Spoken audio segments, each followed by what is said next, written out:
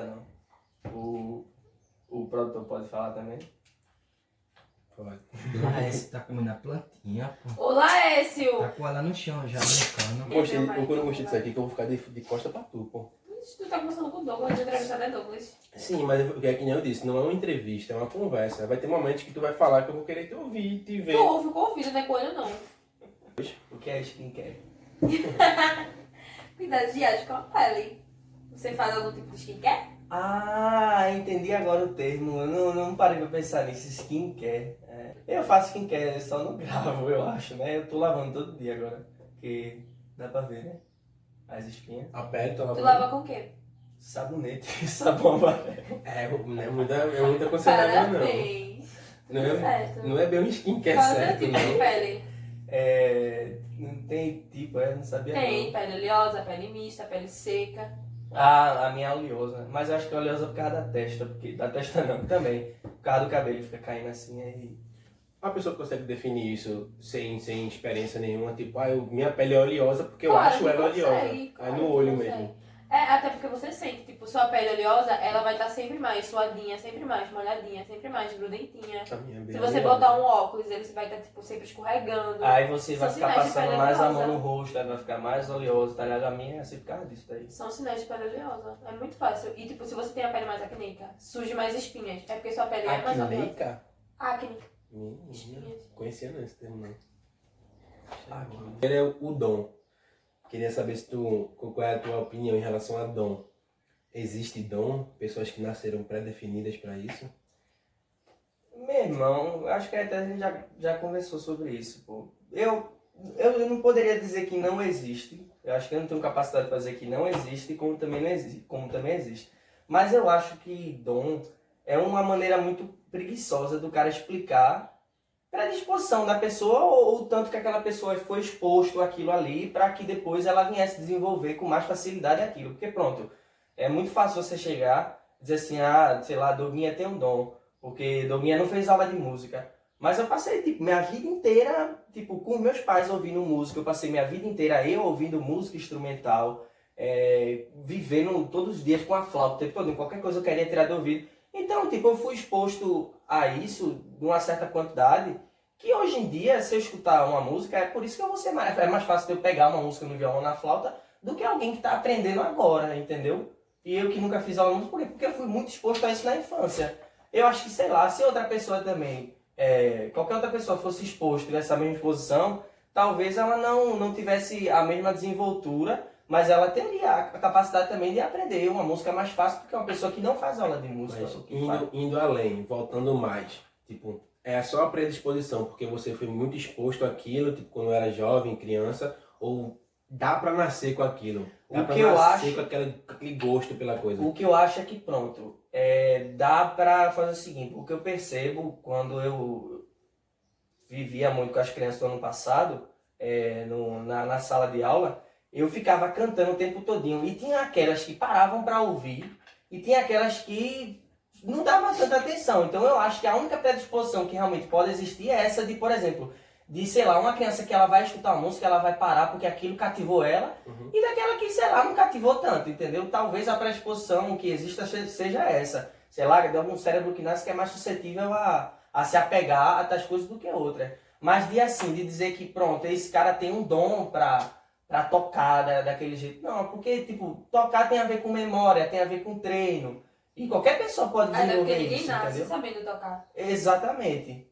Eu acho que a predisposição é mais de, tipo, sei lá, de você ser cativado por música mais fácil. De você ser cativado por movimento mais fácil, por dança, sei lá. No fundo é isso aí. E tu ainda pretende fazer carreira com isso, ou, tipo, largou de mão já? Já, tipo, eu tô suave, vou tocar minha vidinha como formado em psicologia, talvez eu faça letras, talvez eu entre no exército. Eu fico me sentindo cobrado, eu me sinto cobrado por mim, eu me sinto cobrado pela galera que para assim, dizer assim, pô, meu irmão, tu devia estar cantando.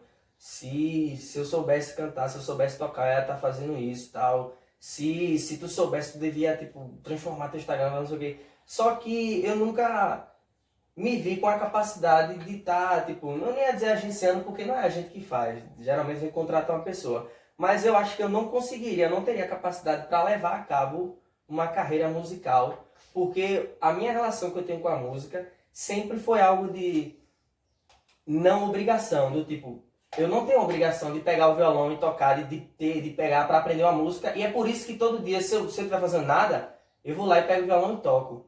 Porque eu percebo que geralmente quando a pessoa assim, Doguinha, pega tal música, ou então, bicho, grava um vídeo com tal música, eu vou procrastinar aquilo ali até o fim. Não sei porquê. É mais um xodó, né? Tipo, é uma É coisinha o hobby minha. dele. É o como se hobby eu, pronto, é como se eu mantive não, eu esqueci agora como é que conjuga esse verbo, mas eu mantenho tanto isso comigo, que na hora de transformar isso, de monopolizar isso, de fazer algo, sei lá, capitalizar isso, eu não consigo, Capitalizar. não é, eu consigo fazer qualquer outra coisa. Eu acho bom, que ele quer tá lidar bom. com a música como hobby. Ele não quer ser forçado a nada, não quer que alguém vá lá e você tem que fazer isso. Ele só quer usar aquilo como hobby.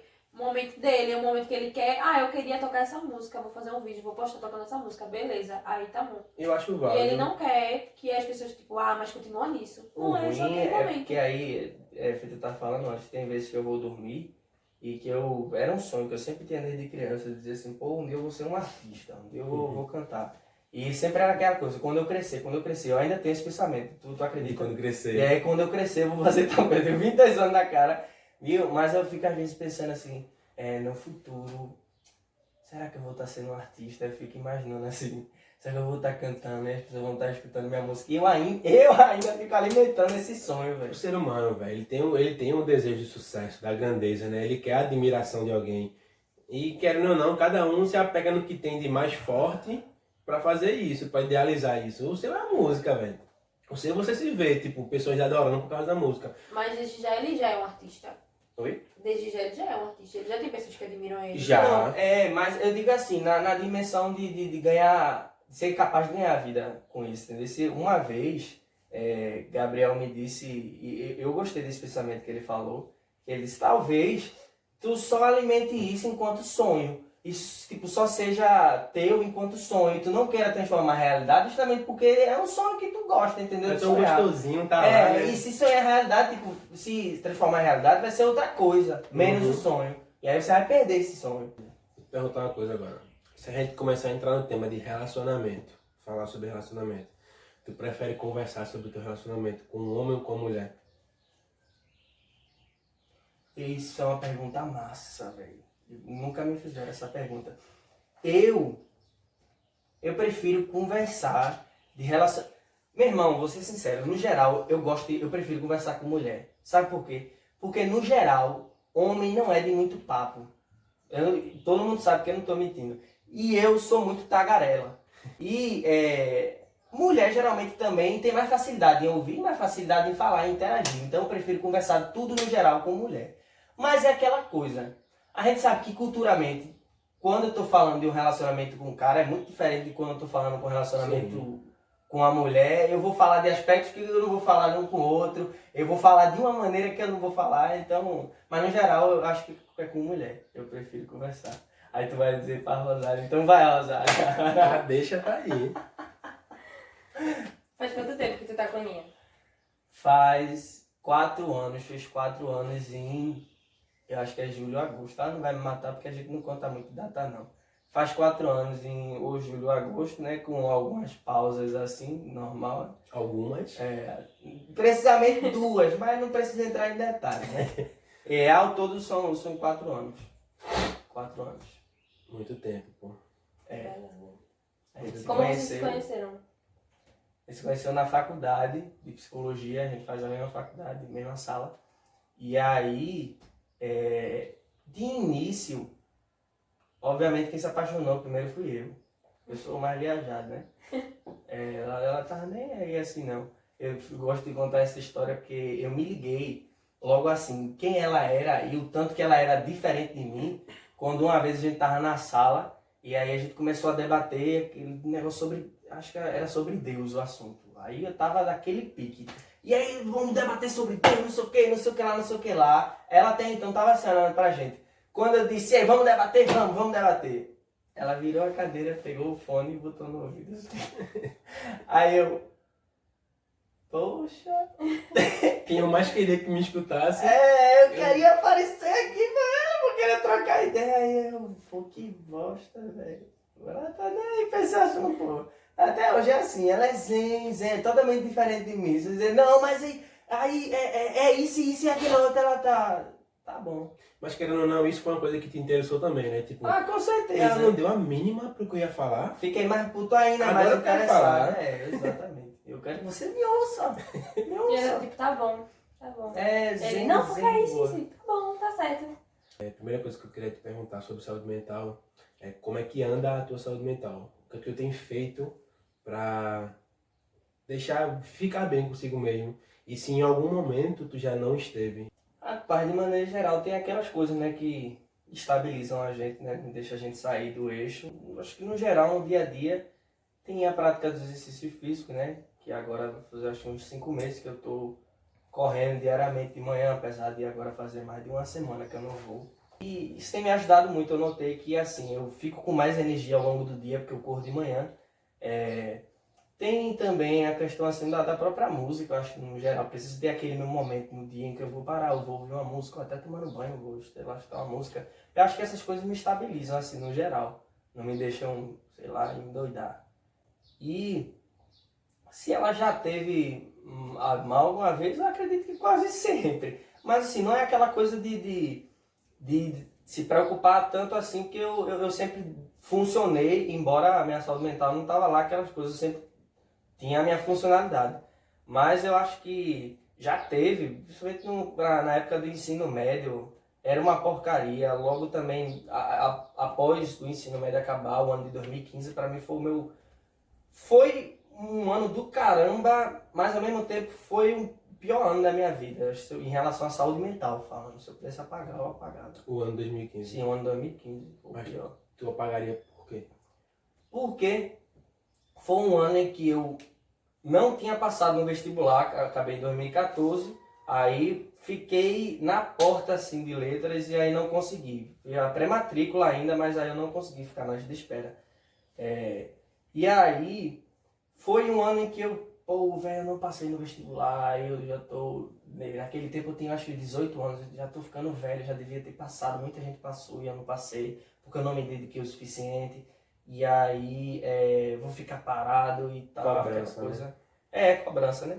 E aí começou a vir uns pensamentos assim, nada a ver, do tipo, é muito fácil acabar com essa dor. Imagina se eu dormisse assim eternamente, sabe? E aí, pronto, aí eu passava o dia escutando música, o dia deitado, gostava de, quando tava anoitecendo, eu não gostava nem de acender a luz, aquele comportamento, sabe, de você começar a se fechar, de você ficar recluso, e a gente sabe que isso não é bom. E aí foi praticamente o ano 2015 inteiro, assim. Eu fui assaltado, primeira vez em 2015, isso, de certa forma, assim, eu nunca tinha sofrido isso. Foi assaltado 2 vezes já, agora de boa, se eu for a terceira. Mas, agora eu tô tranquilo. Mas a primeira vez mexeu muito comigo, porque eu não era de estar saindo de Moreno, não era de estar pegando uns e tal. E aí, em pré-vestibular, eu fui assaltado dia de domingo, Recife, de manhã, pô. Aí isso mexeu comigo, eu saía na rua, acho que com todo mundo, né, que é assaltado a primeira vez, acho que pode acontecer isso. De você ver uma moto se aproximando, ver alguém e tal, você fica, isso daí também não foi muito bom, não. Os exercícios tu faz só por questão do curso ou tu tem algum problema contigo mesmo, tipo, em relação ao teu corpo? Não, ou coisas do tipo? Eu tinha, mas eu tinha por uma questão assim, eu me achava muito magro, eu me achava muito pequeno, e eu achava que todo mundo assim, tipo, era mais forte que eu, por exemplo. Que eu não ia ser capaz ou de, sei lá, de me defender, fisicamente falando, ou sei lá, até de me proteger. E aí, mas na verdade era só questão de padrão, né? Porque assim, existem pessoas magras e eu não sou, sei lá, eu não me considero hoje em dia magro, mas antigamente eu me via assim no espelho de, pô, eu sou esquelético. E aí, o fato hoje em dia de eu estar fazendo exercício físico, apesar de não ter sido o foco, quando eu vi que eu estava ganhando um pezinho a mais, eu digo, opa, eu engordei 6 quilos, velho, que felicidade. Aí passou a ser Já ajuda, né, velho? uma mola propulsora, porque de início foi a questão do concurso, né? Eu digo, pô, tem lá no edital, tá pedindo para correr, barra, então eu tenho que fazer para melhorar o condicionamento físico. Mas aí quando eu vi que eu estava engordando, eu digo, manter. O mais óbvio que é a questão da imagem, do Instagram e tal, e daquela quase que necessidade de você sentir que pô, eu tenho que postar alguma coisa assim, eu tenho que postar uma história, alguma coisa assim no meu dia a dia. E caramba, eu perdi não sei quantos seguidores e tal. E aí, pô, tô pedindo pra eu gravar tal música, velho, eu deveria ter feito aquela música e tal. E pô, faz tempo que eu não boto um vídeo cantando. E aí fica aquelas coisas, né? Sem falar na questão também da ocupação do dia, em que às vezes eu me pegava descendo feed e já tinha passado 30 minutos e eu tava lá descendo feed e olhando as histórias. É claro que tem a questão, para muitas pessoas isso é uma ferramenta que ajuda. Para mim estava servindo de atrapalho, eu não tinha controle, então eu preferi desativar. O problema é que hoje, eu fiz o Twitter acho que no ano passado, e aí eu percebo hoje que conforme o tempo vai passando e eu vou lidando com o Twitter, eu percebo que o Twitter ainda é um lugar pior em relação à saúde mental do que o Instagram. Por incrível que pareça. Porque o Instagram tem toda aquela questão da autoimagem, né? Do like, aquela coisa. Mas o Twitter é pior, velho, eu acho. Se você não souber usar, não souber se cuidar, você se perde ali dentro.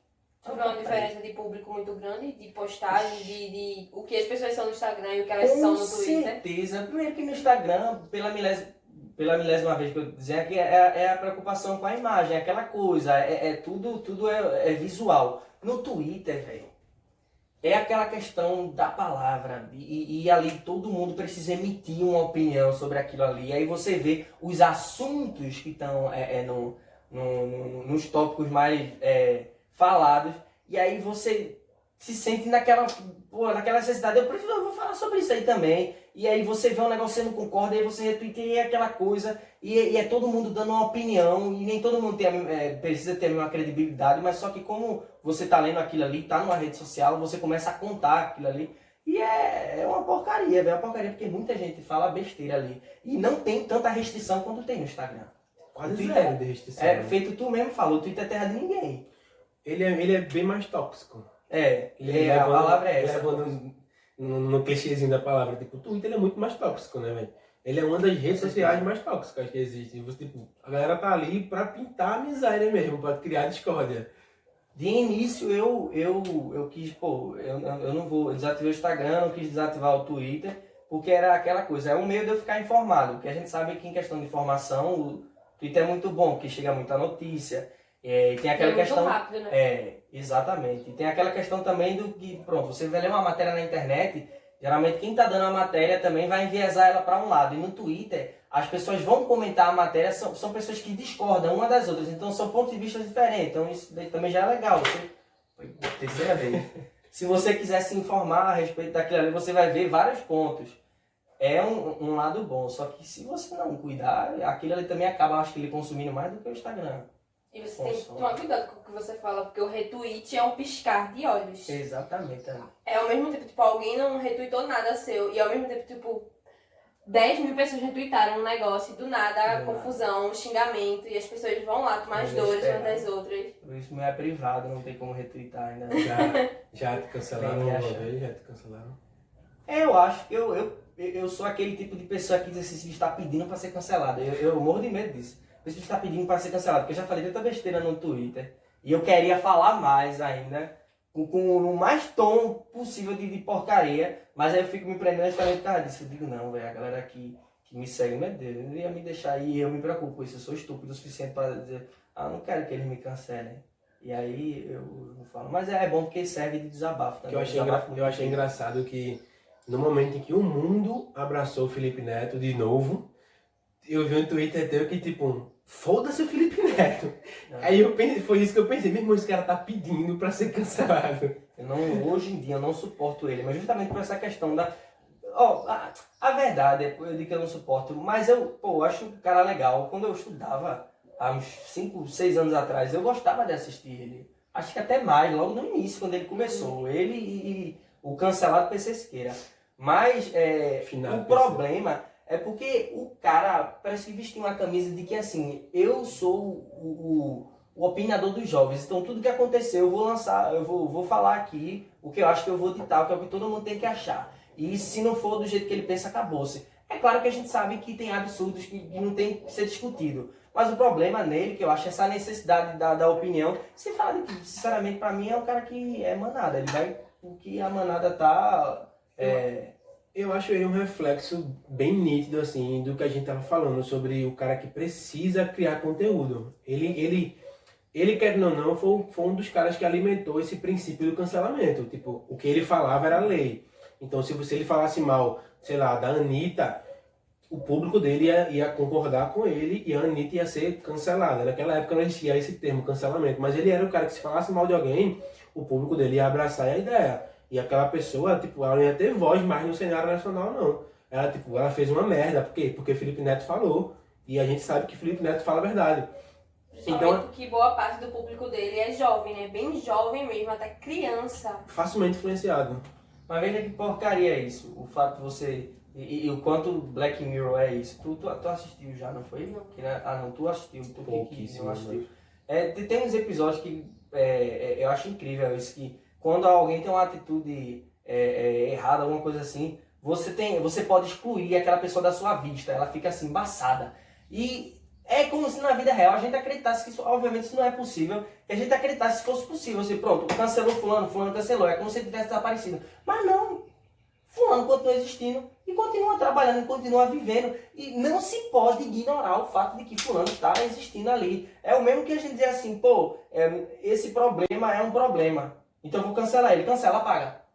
Você tem que resolver esses problemas. Exatamente, entendeu? Tipo, é claro que eu não vou botar a terra aqui e dizer que não existem pessoas que não precisam, que não podem ser ou que isso não deve existir. Mas o problema é a maneira como isso é visto hoje e a facilidade com que as pessoas acreditam que vão resolver os problemas. E a maneira como isso é aplicada, né? Simplesmente ignorando, né? Porque, tipo, uma atitude ruim de uma pessoa não quer dizer que essa pessoa seja 100% ruim. Exatamente. É como se o tribunal da internet fosse o tribunal dos anjos, o tribunal perfeito que nunca errou. Imagine se você, se eu, fôssemos cancelados por cada atitude errada que a gente toma no dia a dia, que a gente erra todo dia. Acabou-se a vida da gente. Agora imagine que há pessoas que ganham a vida com certos trabalhos e que quando são canceladas isso afeta a vida dela. É claro que se ela fez uma besteira, uma merda, ela pediu por isso, então ela vai pagar isso como consequência. Mas perceba o quão profunda é a problemática da cultura do cancelamento. E ela é capaz de destruir alguém. Se corre um boato na internet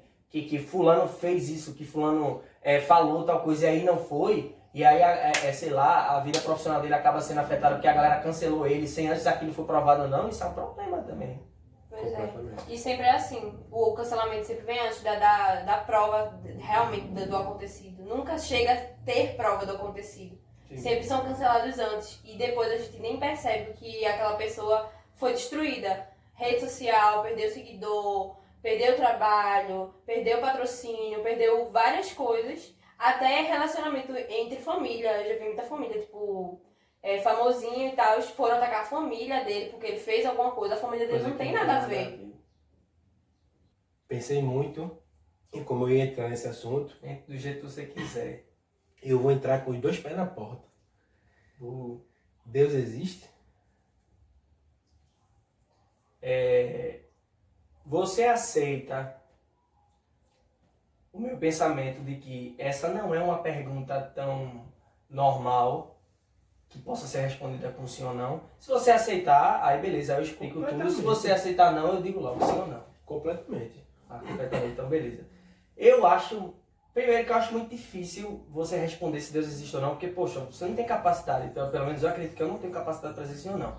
Posso dizer que eu acredite ou não. E aí, eu vou logo lhe perguntar, por favor, me detalhe logo a sua opinião do que é Deus. Porque a gente sabe, é uma palavra muito complexa. Então, às vezes você está falando do Deus, por exemplo, Deus bíblico, Deus Jeová, e eu posso estar achando no que é o Deus, a energia que criou o universo e sol. Então, por favor, você está perguntando Deus o quê? A minha visão atual, eu sempre gosto de dizer que é a minha visão atual das coisas.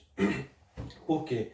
Porque eu sou um cara volátil, velho. Eu mudo. Eu também sou assim. Eu mudo. E eu não me permito me julgar pela minha mudança. Se eu mudei, eu mudei. Eu me aceito assim. Não tenho opinião formada sobre nada. Tenho uma opinião momentânea.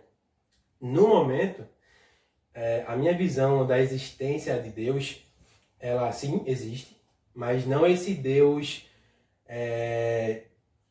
esse Deus de barba branca, que tá lá em vestes brancas e que tá no paraíso do piso dourado. Não é esse cara, não é essa idealização. Nem é um cara. Eu acho que ele é uma ideia, um conceito que é muito bom que exista. E eu torço para que exista, na verdade, porque é muito mais é muito mais vantajoso para os seres humanos que Deus exista do que ele não exista. E eu acho que esse conceito, a ideia de existir um Deus, de existir um ser ou uma força que vai te julgar, ela mantém a humanidade viva até hoje. Tem a sua utilidade moral, Muito, ética. muito. Porque hoje, se a humanidade não mata, não rouba e não trai com tanta frequência como poderia, é porque existem mandamentos criados teoricamente por Deus. Então, assim, são leis. Leis que hoje ninguém pode, porque ninguém estava vivo naquela época, hoje ninguém pode me garantir que, tipo, realmente foi o cara lá de cima que mandou. Mas alguém criou uma padronização de um senso comum do que é bem, do que é mal, do que é certo, do que é errado. E são elas que fundamentam a nossa moral hoje. Isso, exatamente. Para mim, essa ideia de Deus, essa idealização é perfeita. Você tem um senso comum, o famoso senso comum do que você pode ou não fazer, para mim é o ideal. Eu me considero um ser humano bom.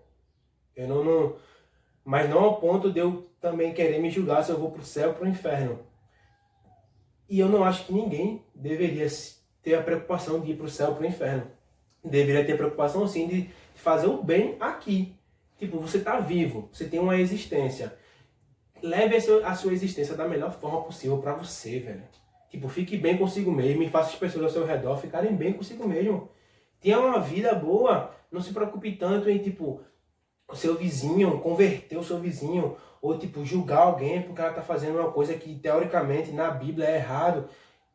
Eu me desprendi desse conceito completamente, de uma existência que vai julgar a gente por tudo que a gente fizer, para eu poder viver a minha vida em paz, em tranquilidade, e também não espero que ninguém fique me apontando o dedo. Se quiser conversar, a gente conversa de boa. Se quiser vir já apontar o dedo e dizer, olha, quero fazer algo por você porque você está perdido e você vai para o inferno, tranquilo, faça da sua casa. Eu não quero perder meu tempo com você.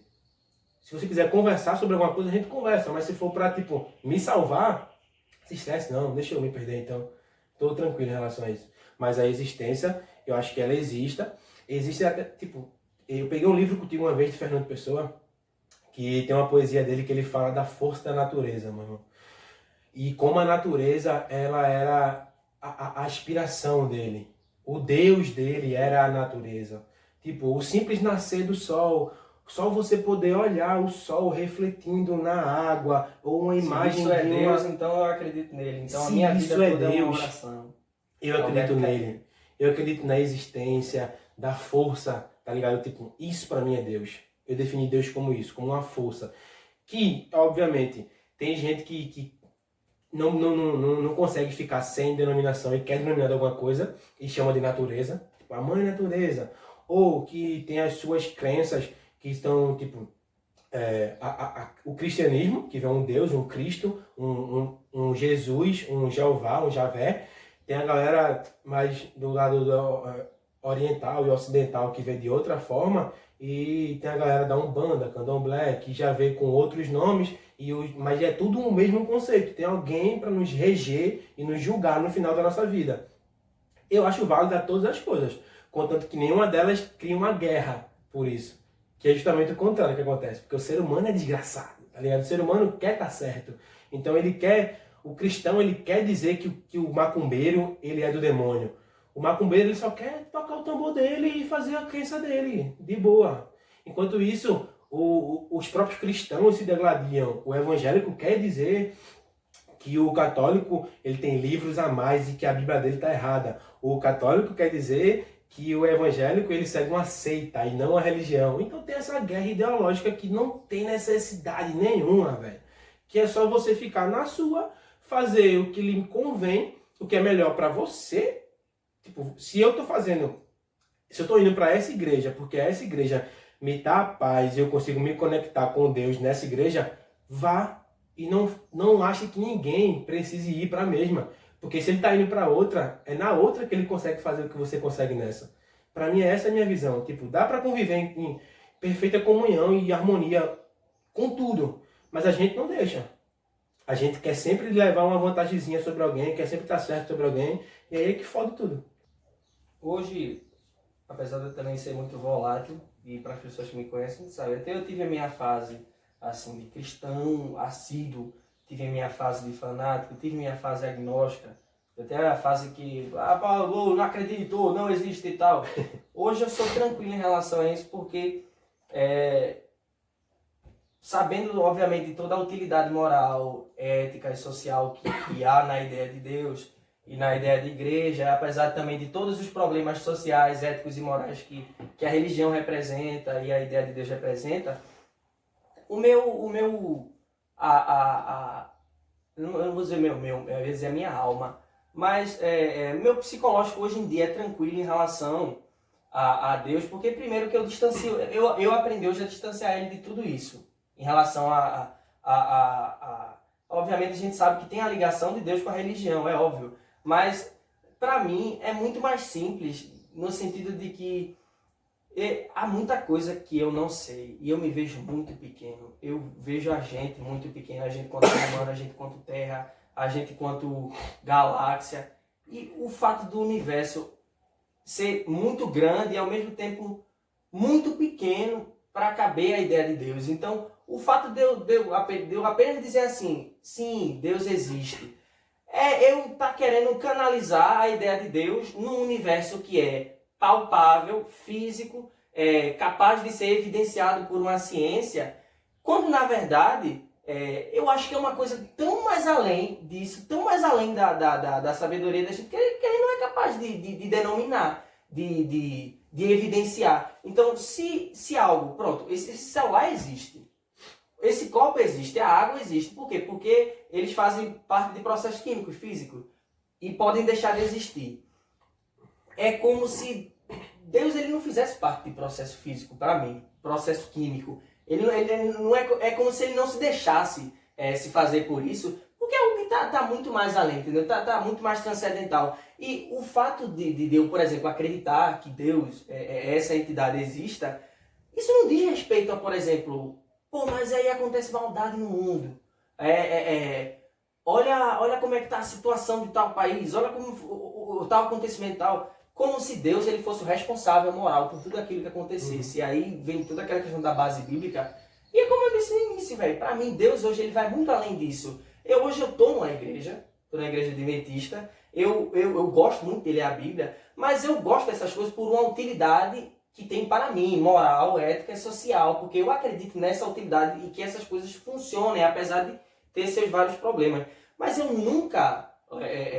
com 22 anos, depois do que eu já me deparei com todos os meus problemas que eu já tive com a minha fé religiosa, eu nunca mais vou ligar Deus a isso. No sentido de que se eu quiser entender Deus, eu não vou necessariamente para uma igreja. Porque não é lá que vai me ensinar a respeito do que é Deus. Eu não vou necessariamente ler a Bíblia. Porque aquilo ali, apesar de me dar condutas morais, de testificar formas de atuação dele, eu sei que não é ali que eu não vou entender Deus, eu não vou entender Deus em lugar nenhum. Primeiro porque Deus não é para ser entendido. Eu não preciso forçar as pessoas, porque aquilo ali sempre vai estar na cabeça das pessoas. É algo que sempre vai estar aqui. Veja que qualquer sociedade, em qualquer período da história, sempre existiu um arquétipo, uma figura que a gente pode considerar como Deus. Que existiu. Qualquer sociedade acreditou ou acredita. É como se aquilo fosse presente em cada um. Tipo, já tá ali naturalmente, velho. Já tá ali naturalmente. Você não precisa buscar, você não precisa de teoria, você não precisa de... Claro, tem toda discussão filosófica, mas não precisa disso, porque para você sentir ou entender, você não precisa ser convencido com argumentos lógicos sobre isso, porque isso é uma argumentação lógica, não é Deus, eu acho, entendeu? O ser humano é curioso, né, velho? Então ele já nasce querendo saber como ele chegou e para onde ele vai. Sim. E só esse querer saber para onde vai, você já se pergunta se existe um Deus, que Deus é esse, o que é que rege as suas leis e os seus conceitos. Então, naturalmente, eu também acho óbvio que naturalmente ele vai se fazer essas perguntas e vai acreditar em alguma coisa. Não precisa ninguém bater na porta dele para dizer, olha, a gente trouxe isso para você e isso é o certo. É muito fútil para mim a gente poder ter se livrado desse conceito já. Agora, pronto, eu olho... Tem a questão assim eu posso dizer que é quase uma certeza, porque eu gosto muito de física, eu gosto muito de ciência e tal, sem ficar viajando em como era que as pessoas dizem que o universo foi formado e tal. E se você for reparar, qualquer teoria da formação do universo, a mais aceita, obviamente, é do Big Bang, ela sempre fala que não existia um nada absoluto. Existiam ali forças energéticas que interagiam entre si e que ocasionou aquilo ali. O que talvez, por exemplo, o universo, sei lá, surgisse de um buraco negro, mas para ocorrer uma fissura ali no espaço-tempo, precisava ter alguma coisa. Algo desencadeou aquilo ali. Eu vejo muito essa questão, né? Eu vejo Deus num pai ou numa mãe que abre mão de uma coisa para si e dá ao filho, tá ligado? Por exemplo, um pai que ele tem R$2 na carteira e em casa ele tem uma mulher, ele tem uma esposa e tem um filho e uma coxinha custa R$1. Ele queria comprar 3, porque era uma para cada, mas ele só tem R$2. Ele compra as duas e é uma para a mulher e uma para o filho. Ele fica sem. Para mim isso é Deus. Para mim, a escolha de abrir mão de algo que é prazeroso para si, para dar a alguém e ver alguém feliz, e você transferir o seu prazer da fome, da vontade de comer, pelo prazer de olhar alguém tendo prazer por algo que foi você que proporcionou, isso é Deus para mim. É esse exemplo, tá ligado?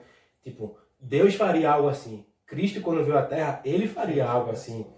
Ele dificilmente compraria uma coxinha para ele e ia escolher alguém para dar ou dividir a outra para alguém. Não, ele ia dar as duas para quem precisasse e ia ficar sem nenhuma. Ele ia multiplicar e ia dar para todo mundo. É, porque ele tem poderes, né? E aí, Rosália, como tá a sua fé hoje? A fé em si, eu não sei. Questão religiosa, eu tô bem aberta. Na verdade, eu sempre fui bem aberta em questão religiosa. Porque eu sou curiosa. Fui extremamente curiosa e pra mim todas as religiões fazem sentido e eu gosto de todas e por mim eu visitaria todas e participaria de alguma coisa de todas. E eu não tenho nenhuma específica que me defina, porque tecnicamente eu sou católica, porque eu sou batizada e tudo mais, e até então era a igreja em que eu mais me sentia bem, o templo em que eu mais me sentia abraçada, até então. Porém, eu sou uma mistura muito, muito louca, porque eu gosto de coisas essenciais, gosto de incenso, gosto de ritos pagãos, né? Eu gosto extremamente de ritos wiccas, do amor que eles têm pela terra, pelo sol, pela lua, pela chuva, pelos elementos em si. Eu acho muito legal em Deus usar os elementos e ter esse carinho e cuidado pelos elementos. E essa é uma mistura, né, que tecnicamente vai contra a minha religião. Então, eu não tenho uma religião definida, porque as coisas que eu gosto vão contra a religião que eu também gosto. Então, eu não sei. Tu se julga por isso? Tu se sente mal? Por estar achando que tá entrando em contradição? Por um tempo eu até me senti, eu até conversei com o Gustavo, será que eu estou errado em fazer isso? Porque uma vez eu, na igreja soltei essa piadinha, né, que eu era católica bruxa. Porque eu gosto muito de coisas wiccas. Eu sou católica bruxa, não sei o quê. E a primeira coisa que me disseram foi tipo, tá bom de tipo tirar os bancos da igreja, tá ligado? Fazer uma fogueirinha. Deu aquela apologia a queimar as bruxas. E eu fiquei tipo... Pra mim essa é uma piada muito mais ofensiva do que a que ela fez, tá ligado?